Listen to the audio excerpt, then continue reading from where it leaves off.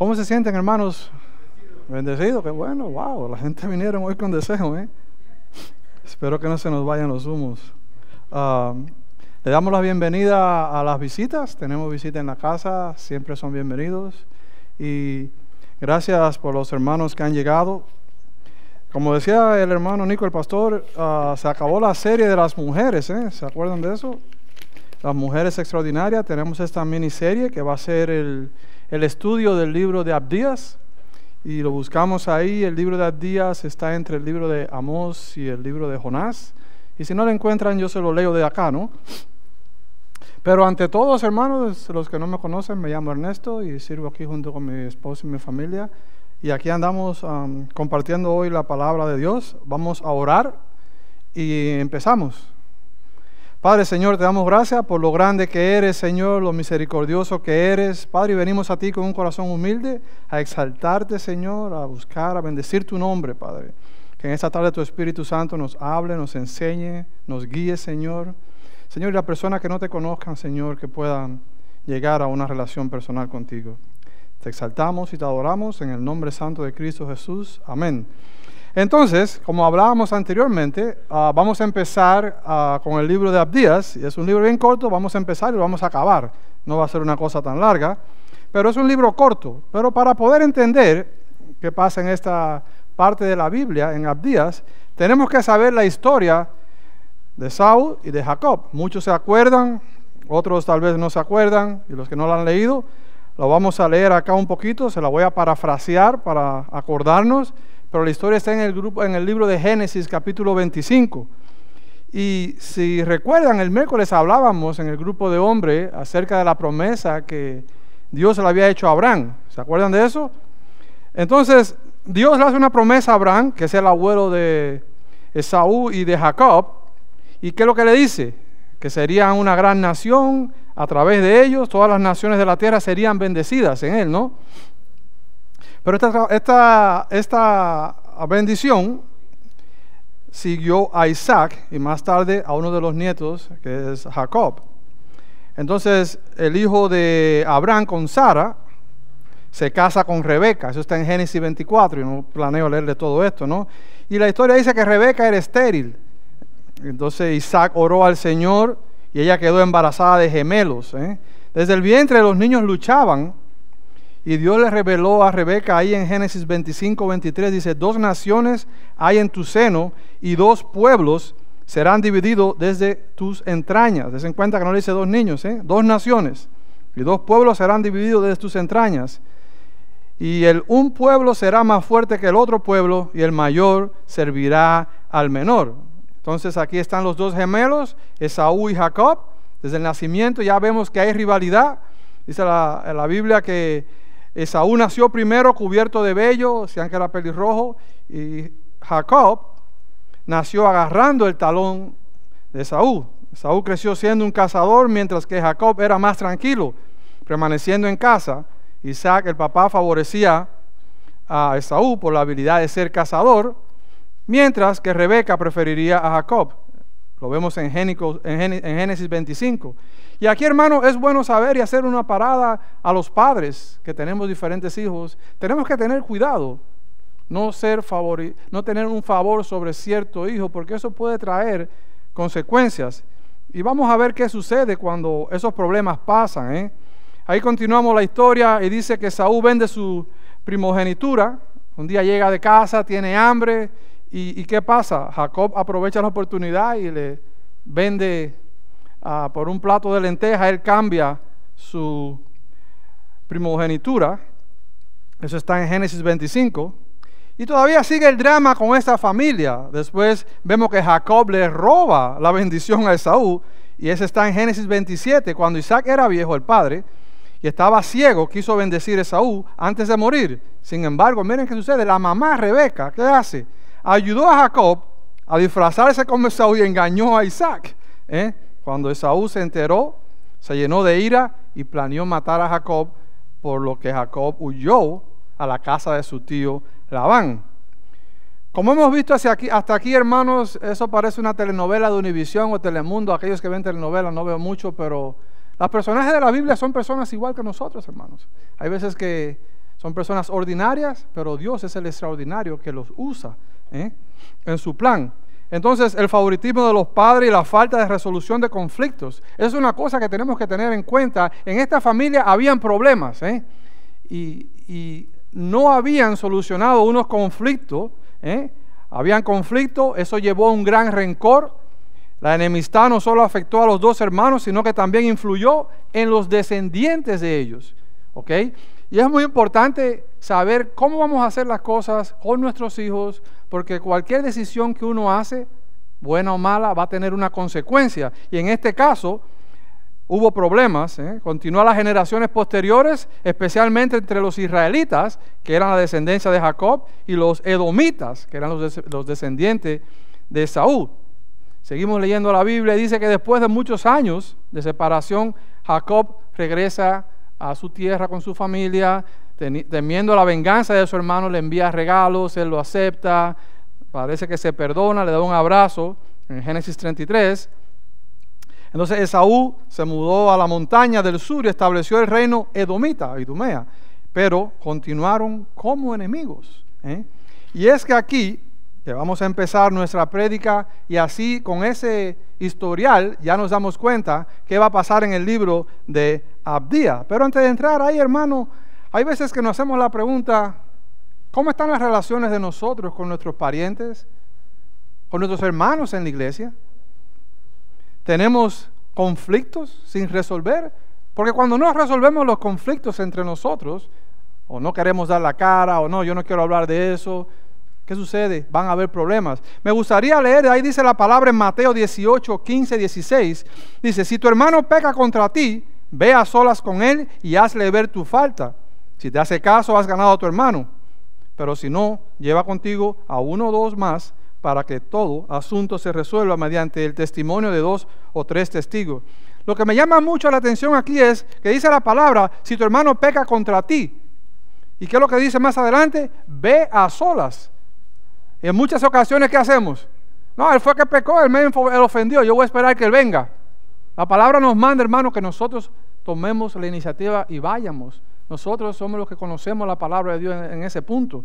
Y sucede mucho también en nuestra familia, sucede también en la misma iglesia, que muchos hermanos se enojan entre hermanos y dicen, ok, yo me voy. Y arrancan y se van para otra iglesia. Y se enojan con Dios en muchas ocasiones. Pero hermanos, si alguien peca, si alguien te ofende, todos estamos acá, nadie es perfecto. Vamos a tomar la iniciativa en amor y hablar con el hermano. Volviendo a esta historia, nos enseña que las consecuencias de decisión, el perdón, pero ahora, ¿quién era Abdías?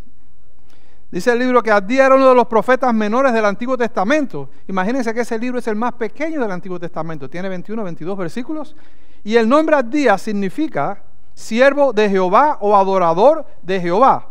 Sin embargo, más allá del nombre, la Biblia no expresa mucho acerca de la vida personal de este profeta. Si sigue leyendo, dice que, aunque no menciona explícitamente cuándo vivió Abdías, se cree que profetizó durante un poco después de la destrucción de Jerusalén por los babilonios en 586 a.C., ¿ok? Y abra la profecía a Edom. Entonces, con eso en mente, y ya sabemos quién es Edom, ya sabemos quién es Jacobo o Jacob, anda por allá, eso no es el Jacob, pero es el nombre bíblico. Leamos Abdías capítulo 1, y es el único capítulo. Entonces voy a leer un poquito rápido, si me equivoco ahí me corrigen. El que tenga su Biblia la puede sacar, el que no, si lo quiere escuchar no hay problemas. Y dice el versículo 1, visión de Abdías. Jehová, el Señor, ha dicho así en cuanto a Edom. Hemos oído el pregón de Jehová y mensajero ha sido enviado a las naciones. Levantaos y levantémonos contra este pueblo en batalla. He aquí, pequeño te he hecho entre las naciones. Estás abatido en gran manera. La soberbia de tu corazón te ha engañado. Tú que moras en la hendidura de las peñas, en tu altísima morada, que dices en tu corazón, ¿quién me derribará a tierra? Si te remontas como águila, y aunque entre las estrellas pusiera tu nido, de ahí te derribaré, dice Jehová. Si ladrones vinieran a ti, o robadores de noche, como has sido destruido, ¿no hurtarían los que les bastase? Si entraran a ti vendimiadores no dejarían algún rebusco? Como fueron escudriñadas las cosas de Esaú, sus tesoros escondidos fueron buscados. Todos tus aliados te han engañado, hasta los confines te hicieron llegar. Los que estaban en paz contigo prevalecieron contra ti. Los que comían tu pan pusieron lazo debajo de ti. ¿No hay en ello entendimiento? ¿No haré que perezcan en aquel día, dice Jehová, los sabios de Edom y la prudencia del monte de Saúl? Y tus valientes, oh Temán, serán amedrentados. Porque todo hombre será cortado del monte de Saúl por el estrago. Por la injuria a tu hermano Jacob te cubrirá vergüenza y serás cortado para siempre. Versículo 11. El día que estando tú delante, llevaban extraños cautivos su ejército, y extraños entraban por sus puertas y echaban suerte sobre Jerusalén, tú también eras como uno de ellos. Pues no debiste tú haber estado mirando el día de tu hermano, en el día de su infortunio. ¿No debiste haberte alegrado de los hijos de Judá en el día que se perdieron? Ni debiste haberte jactado en el día de la angustia. No debiste haber entrado por la puerta de mi pueblo en el día de su quebrantamiento. No debiste haber mirado su mal en el día de su quebranto, ni haber echado mano a sus bienes en el día de su calamidad. Tampoco debiste haberte parado en las encrucijadas para matar a los que de ellos escapasen, ni debiste haber entregado a los que quedaban en el día de la angustia. Porque cercano está el día de Jehová sobre todas las naciones. Como tú hiciste, se hará contigo. Tu recompensa volverá sobre tu cabeza, de la manera que vosotros bebisteis en mi santo monte. Beberán continuamente, todas las naciones beberán y engullirán, y serán como si no hubiera sido. Mas en el monte de Sión habrá un remanente que se salve y será santo, y la casa de Jacob recuperará sus posesiones. La casa de Jacob será fuego, y la casa de José será llama, y la casa de Esaú estopa, y los quemarán y los consumirán, ni aun resto quedará de casa de Esaú, porque Jehová lo ha dicho. Y los de Negev poseerán el monte de Esaú, y los de Cefela a los filisteos poseerán también los campos de Efraín, y los campos de Samaria y Benjamín a Galat. Los cautivos de este ejército y los cautivos de este ejército de los hijos de Israel poseerán lo de los cananeos hasta Sarepta, y los cautivos de Jerusalén que están en Sefarat poseerán las ciudades de Negev, y subirán salvadores en el monte de Sión para juzgar al monte de Saúl, y el reino será de Jehová. Entonces, hermano, en este pequeño libro, está largo eso, llegamos al punto 1. Aquí Abdías es el profeta, presenta el punto 1, y este es el versículo 1 al 16. Y si mira, es la venganza de Dios sobre Esaú. Y si usted va al libro de Jeremías 49, desde el versículo 7 al 22, el profeta anunció la caída de Edom, y aquí vemos que Dios vengaría a Israel y destruiría a Edom.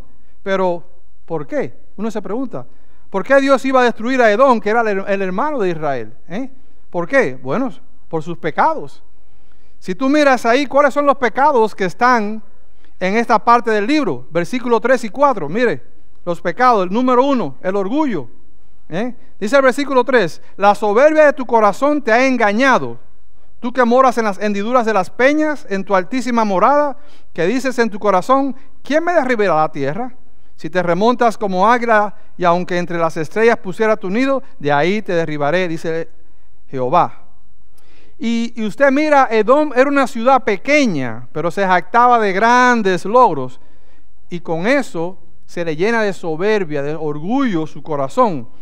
En realidad, Hebrón, la ciudad, estaba incrustada en una piedra, y era la principal ciudad de Edom, era Petra, y estaba como en las laderas de la montaña, y la fortaleza parecía que nadie podía llegar, y a ellos se les subió eso a la cabeza al parecer, Y como dice aquí la palabra, su corazón se llenó de ¿qué? De soberbia. Entonces los edomitas también se jactaban de sabiduría. Si tú miras ahí lo dice, los hombres de Edom, especialmente de la ciudad de Temán, eran inteligentes, tenían sabiduría. Y ellos, ¿qué les pasa? Se llenan de ¿qué? De soberbia. Y me tomé el tiempo en buscar lo que es la soberbia, y dice la definición de la que yo encontré: la soberbia es una actitud o disposición de arrogancia, orgullo excesivo y altivez. Es una forma de pensar y actuar en la cual una persona se cree superior a los demás, despreciando o menospreciando a otros. La soberbia suele manifestarse en un comportamiento altanero y una falta de humildad, llevando a la persona a rechazar consejos, subestimar a los demás y creer que no necesita ayuda. En el término bíblico, hermano, la soberbia es vista como un pecado. Esa es la razón por qué viene Dios a juzgar a Edom. Y llega a un punto de autosuficiencia donde uno no quiere admitir la dependencia de Dios. Uno piensa que se la sabe todo, uno piensa que lo tiene todo. Y la Biblia advierte acerca de esto. Si buscas en Proverbios 16, 18, dice que antes del quebrantamiento es la soberbia y antes de la caída la altivez del espíritu. Hermano, la soberbia o el orgullo es un problema grande que tenemos, y nos impide una relación con Dios. Aunque tú pienses, tú dirás, sí, hermano, el orgullo impide que las personas se arrepientan. Cuando una persona no se arrepiente, no quiere llegar a los pies de Dios, es por eso, porque está lleno de orgullo, está lleno de soberbia. En Santiago 4:6, ¿qué te dice? Pero Él da mayor gracia, por esto dice, Dios resiste a los soberbios. Pero dice, y da gracia a los humildes. Y aquí vemos que el problema que tenía Edom era ese, que era soberbio. Y tú dirás, sí, pero eso era Edom, hermano. A mí no. A lo mejor tú dirás eso y apenas tú piensas eso, adivina qué, estás pensando como un edomita. Y hermano, eso es una cosa que Dios trata con los soberbios de una manera especial, porque debido a las decisiones que uno toma, es que el soberbio cae. Tal vez uno diga, no, yo no soy soberbio, no, yo no soy orgulloso. Hermanos, el orgullo está tan arraigado a la naturaleza del ser caído, del pecado, que tenemos que ser nosotros un poquito más humildes. Y algunos tenemos que parar de exaltarnos a nosotros mismos. Y volvemos al tema. No, yo no soy orgulloso. No, ¿quién dice? Bueno, vamos a ver aquí. Nosotros nos gloriamos y nos enorgullecemos de cualquier cosa. Nuestros logros. Oh, mire, yo llegué a este país y tengo Nuestra sabiduría. Oh, sí, yo soy sabio. Yo soy graduado de acá o de allá, o yo empecé esto más que tú. Eso es orgullo. Nuestros negocios. Yo tengo más dinero que aquel que acaba de llegar. ¿Qué más? Nuestra iglesia. No, la iglesia que yo voy sí no es así como la tuya. Eso es orgullo. Todo eso es orgullo. Nuestra familia. No, en mi familia sí. Y ahí tú le pones el espacio en blanco. ¿Qué más dice? En el lugar que nacimos. No, nosotros los de acá sí somos pum, pum, pum. Ahí le deja la raya. Nuestra educación, la influencia o cualquier otra cosa. ¿Y qué sucede, hermanos? Que no tenemos que ser ricos o poderosos para estar llenos de orgullos. A veces las personas que menos cosas tienen son los más orgullosos. Y hay veces que somos orgullosos en nuestro corazón y nadie lo ve, solo Dios lo ve. Y se nos olvida cuando el orgullo toma control. Si tú miras el versículo 2, ¿qué sucede? Ahí te lo dice el versículo 3, voy arriba a leerlo. Dice que la soberbia de tu corazón te ha engañado.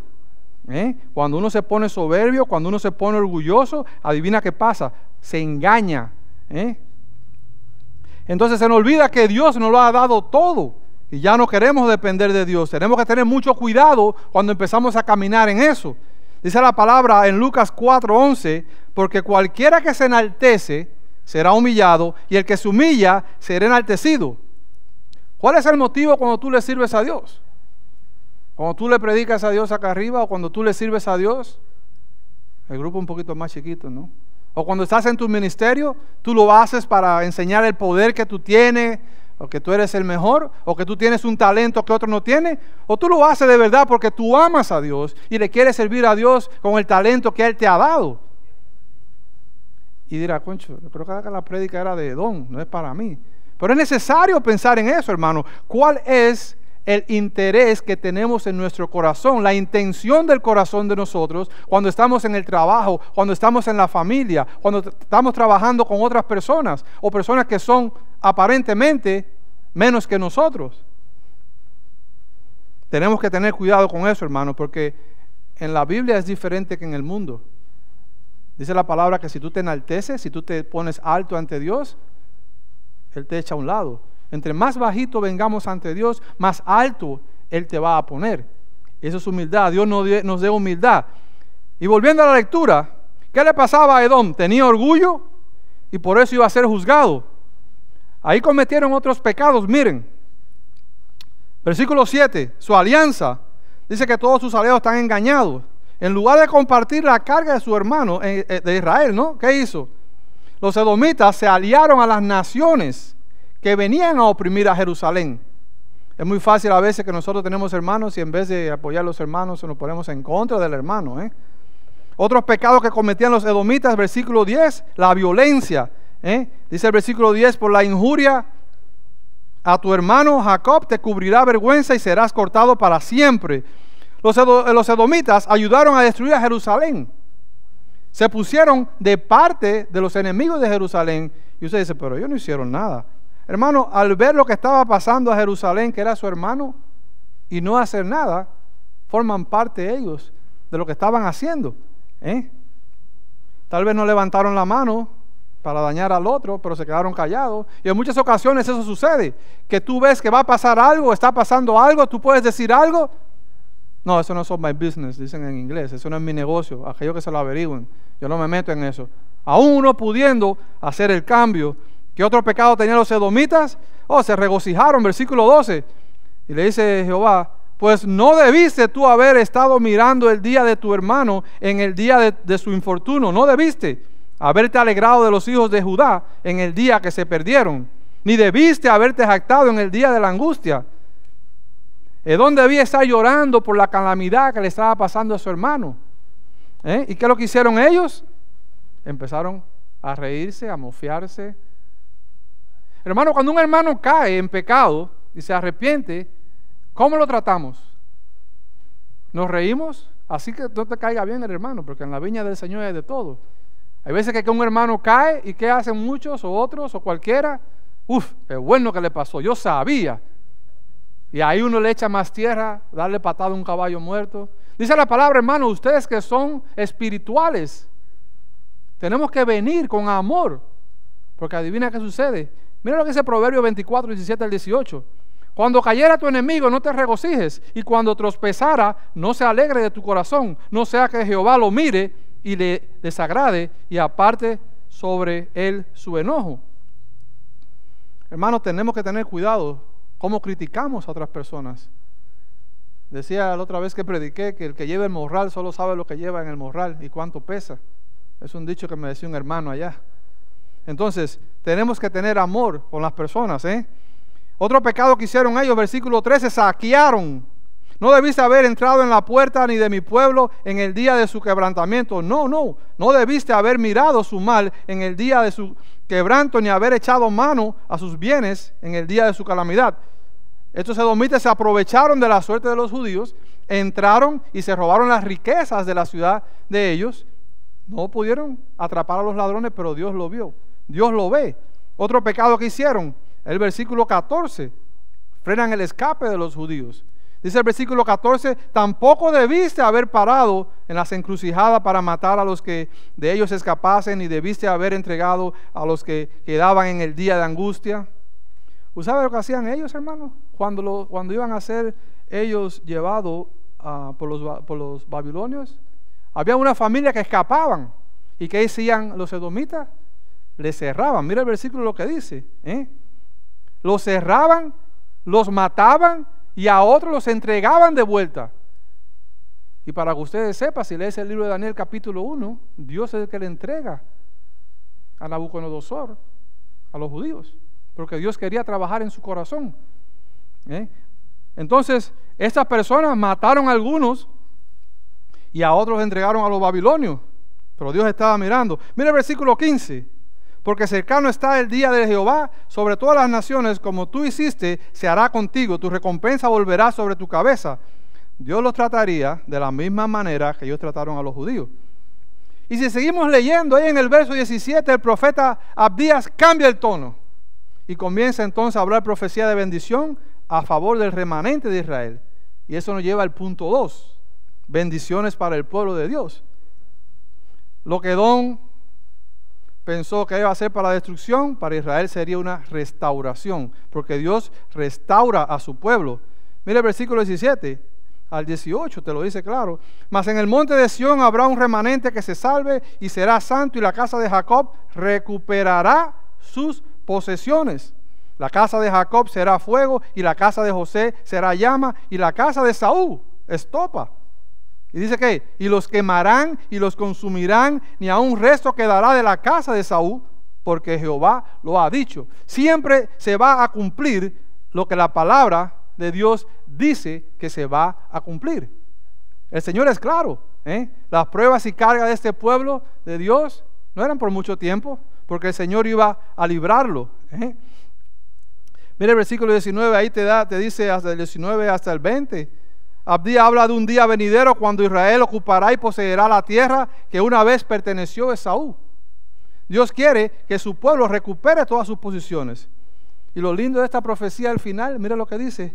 Esta profecía termina con un final victorioso, un Walt Disney, como una película de Disney que siempre al final es súper bueno. Mira lo que dice ahí. Y es una cosa, hermano, que tenemos que entender nosotros, Dice que el reino será de Jehová. Hermano, Dios está en control. Y Dios sabe cómo cuidar a su pueblo y hacer avanzar su reino de una manera gloriosa. Hay veces que nosotros pensamos que la cosa está, que no va a cambiar. Los edomitas en este caso, ¿qué pensaban ellos? La vamos a hacer. La vamos a hacer. Pero al final, ¿qué te dice la profecía? El reino será de Jehová. La palabra de Jehová se cumplió. Y sabes que en los años 66 al 70 después de Cristo, en la rebelión contra Roma, los edomitas fueron aplastados por Roma y nunca se supo de ellos como nación. Entonces, es una cosa que la profecía se cumple. Y eso es lo que te enseña que la Biblia es la palabra de Dios. Es una nota como de aliento para el pueblo. Es un estímulo para ese pueblo que viene sufriendo. Y tal vez tú estás ahorita diciendo como que no, hermano, pero a mí... Eso era los edomitas, eso era el pueblo de Israel. Nosotros somos el pueblo de Dios, hermano. Nosotros somos el pueblo de Dios. Y no importa qué tan malo las cosas parezcan, Dios está en control. Y Dios pelea por su pueblo. ¿Sabes qué le dice la palabra en Deuteronomio 31:6? Esforzaos, estamos en tiempo, y cobrad ánimo. Si estás débil, dice la palabra que esforzaos y cobrad ánimo, no temáis. ¿Tienen miedo? Ni tengáis miedo de ellos, porque Jehová tu Dios es el que va contigo. Dice que no te dejará ni te desamparará. Y si tú te vas entonces a Romanos, al Nuevo Testamento, Romanos 8:31, ¿qué dice Pablo en Romanos? ¿Qué pues diremos de esto? Si Dios es por nosotros, ¿quién contra nosotros? Tal vez usted es ahorita en un problema que no le ve la salida. Pero mira lo que dice ahí en Romanos 8:38. Por lo cual estoy seguro de que ni la muerte, ni la vida, ni los ángeles, ni principados, ni potestades, ni lo presente, ni lo porvenir, ni lo alto, ni lo profundo, ni ninguna otra cosa creada nos podrá separar del amor de Dios que está en quien, en mí. Dice la palabra que está en Cristo Jesús, Señor nuestro. Nada te va a separar del amor que Dios tiene hacia ti. Ahí te lo dice bien claro. Nada. No tengas miedo. Dios está con nosotros. Y seguimos con este conflicto entre Edom e Israel. Y para ver el final de esto, tenemos que ir al Nuevo Testamento. Y llegas al Nuevo Testamento y te das cuenta que Jesús pertenece a la descendencia de Jacob. Se está cumpliendo la promesa que Dios le hizo a Abraham, que en él todas las naciones iban a ser benditas. Entonces cuando Jesús nació, empezó de nuevo entre Edom y los hijos de Dios. Eso continuó. ¿Saben cuando Jesús nació? ¿Se acuerdan que mandaron a matar a los... Herodes mandó a matar a los niños? ¿Se acuerdan de eso? Resulta que Herodes era un edomita. Si tú no sabías eso, los Herodes eran edomitas. Y una vez más vemos la guerra de nuevo, vuelve. Y no solamente querían perseguir al pueblo de Dios, sino que querían matar al Hijo de Dios. Si vas a Lucas 13, del versículo 31 en adelante, ahí está Jesús y dice aquí: aquel mismo día llegaron unos fariseos diciendo: sal y vete de aquí, porque Herodes te quiere matar. El rey Herodes. Y el Señor le dice en el versículo 32: id y decid a aquella zorra: he aquí echo fuera demonios y hago curaciones hoy y mañana, y al tercer día termino mi obra. ¿Qué sucede al tercer día cuando Cristo es muerto en la cruz? Resucita. Entonces, ahí no para el show. Si tú miras, este Herodes era edomita, el otro Herodes, perteneciendo al linaje de la descendencia de Saúl. Y Cristo, Jesús, viene de la otra descendencia. Y se acuerda cuando el Señor fue llevado en ese juicio injusto ante Pilato. Si no te acuerdas, búscalo en Lucas 26, versículos 6 al 11, y se lo leo. Al oír esto, Pilato preguntó si el hombre era de Galilea, versículo 7, y al saber que Jesús era de la jurisdicción de Herodes, se lo envió, pues él también se encontraba aquellos días en Jerusalén. Al ver a Jesús, Herodes se puso muy contento, oiga, porque durante mucho tiempo había querido verlo, pues había oído hablar de él y esperaba verlo para hacer algún milagro. Eso es un misterio, hermano, eso es un misterio. Y si vas a Efesios, dice Efesios capítulo 1, en el versículo 20, que lo resucitó de los muertos y lo sentó a su diestra en los lugares celestiales, hablando de Cristo, sobre todo principado y autoridad y poder y señorío y sobre todo nombre que se nombra no solo en este siglo, sino también en el venidero, y sometió todas las cosas abajo de sus pies, y a Cristo Jesús lo dio por cabeza sobre todas las cosas a la iglesia. En este pasaje tuve la exaltación de Cristo y su autoridad sobre sus enemigos. Es una cosa, hermano, que cuando tú miras la conclusión del libro de Abdías, no solo nos enseña que Dios es justo, y que el orgullo y esa falta de compasión tiene consecuencias. Ahí Dios quiere trabajar con nosotros. Edom fue juzgado por su traición y su arrogancia, pero también se nos recuerda que Dios es fiel para restaurar a su pueblo, y las promesas que hace Dios no falta a ellas.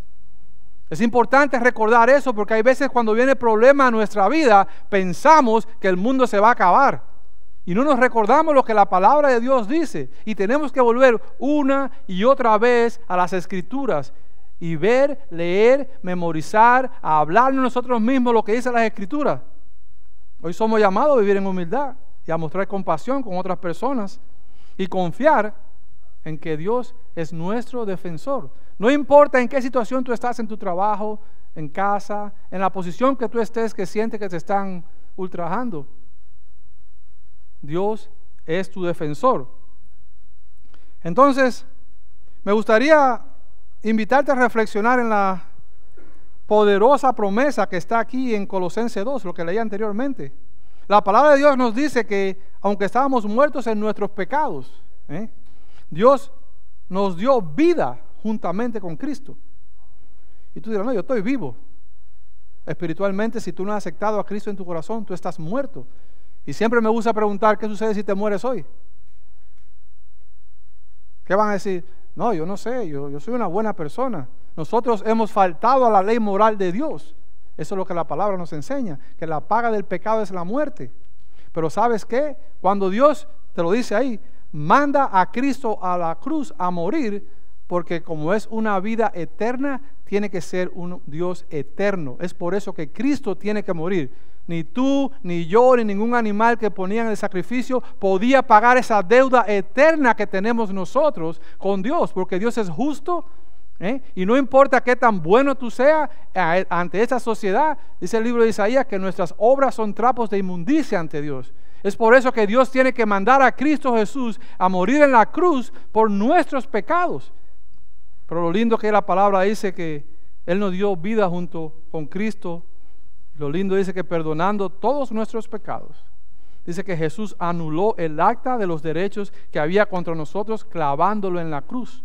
y despojó a todos los principados y a todas las potestades, triunfando sobre ellos. ¿Cómo fue que triunfó? La última vez que prediqué, hablábamos de la resurrección de Cristo Jesús. Y Cristo se le aparece a una mujer que estaba endemoniada con 7 demonios. ¿Y qué es lo que hace Cristo cuando se levanta el tercer día? Porque muchas personas piensan, oh, pobre Jesús, como lo crucificaron, murió en la cruz. ¡Ay, pobrecito! El poder del Evangelio, hermano, está en la resurrección de la muerte. Cuando Cristo resucita el tercer día, ¿qué es lo que Él prueba? Que Él es Dios, que Él tiene control sobre la vida y sobre la muerte, derrotando a sus enemigos en la cruz. Y aquella persona que cree en su corazón de que Cristo se levantó de la muerte y que murió en la cruz por sus pecados y lo confiesa con su boca, dice la palabra, esa persona es salva. Hoy yo te hago a ti la invitación. Y eso, hermano, es las buenas nuevas de Cristo. Es por eso que predicamos. Es por eso que enseñamos lo que la palabra dice. Porque al fin del día, lo que vale, lo que el Señor nos llama es a santidad. No a ser sabios, no a ser como los edomitas, que en su cabeza se le llenó la cabeza, no tener ese orgullo. Porque ¿qué sucede, hermano? Cuando usted acepta a Cristo en su corazón como Salvador personal y comienza una relación con Él, no te estoy diciendo que te metas a una religión con Él, sino a una relación personal. Cuando uno lee la palabra, ora, conversa con Dios, medita la palabra de Dios, ayuna. ¿Qué sucede, hermano? El Espíritu Santo, una vez que tú aceptas a Cristo, dice la palabra que el Espíritu Santo te regenera de nuevo. Eres una nueva criatura en Cristo Jesús. Dice que las cosas viejas han pasado y todas son hechas nuevas. Es por eso que es importante, hermano. Y no me canso de recalcar lo que la salvación es lo más importante. Dios no te llama a que te sepas la Biblia entera. Tal vez tú dices, pero yo no me sé la Biblia. Bienvenido al club, yo tampoco me la sé. Yo tengo que leerlo y tú estás mirando que te la estoy leyendo. La idea de todo, hermano, es ¿qué sucede si mueres hoy? ¿Irás a los pies de Cristo o irás al infierno? Porque la Biblia es clara. Dice que la paga del pecado es la muerte, y no solamente muerte física, sino muerte espiritual, separación de Dios eterno para siempre en el lago de fuego. Y tú dirás, ok, ya me convenciste. No, yo no te he convencido. Yo solamente te digo lo que son las buenas nuevas de Cristo Jesús. El Espíritu Santo es el que está trabajando dentro de ti. Y cuando tú crees y confiesas, lo que sucede es que el Espíritu de Dios, el mismo que levantó a Cristo de los muertos, dice Efesios capítulo 1, el mismo que lo levantó entre de los muertos, es el que viene y mora adentro de nosotros, y es el que nos va a ayudar, hermano, a ir cambiando, a pecar menos. Porque, ¿y qué pasa si vuelvo a pecar? Hermano, si usted vuelve a pecar, tenemos abogados en el cielo. Ese es el Evangelio. Es por eso que Cristo muere en la cruz. ¿Ves? Cristo muere por los pecados pasados, presentes y futuros. Y si quieres aceptar a Cristo, lo único que tienes que hacer es arrepentirte, entender que eres un pecador. No importa lo que puedas hacer, vas a seguir pecando. Creer en esa muerte y en esa resurrección. Y dice la palabra que serás salvo. Oremos, hermano. Padre, te damos gracias por tu palabra, Señor. Señor, te adoramos. Gracias porque nos ayudas mediante el Espíritu Santo a aprender. Señor, gracias porque venimos ante ti con un corazón humilde. Tal vez muchos hermanos se sientan tristes, Señor, pero por tu Espíritu podemos venir a ti, Señor. Dice que tú nunca vas a echar fuera un corazón contristo. Señor, ayúdanos a aprender esa lección de Abdías. Ayúdanos, Señor, para poder vivir en humildad, en compasión, porque es difícil, Señor. Es muy fácil para caer en la trampa del diablo. Es muy fácil de nosotros llenarnos de orgullo. Señor, transfórmanos, cambia nuestra vida, que seamos un reflejo de tu amor, Señor, que podamos darte la gloria a ti, Padre, al fin del día. Te lo pedimos en el nombre de Cristo Jesús. Amén.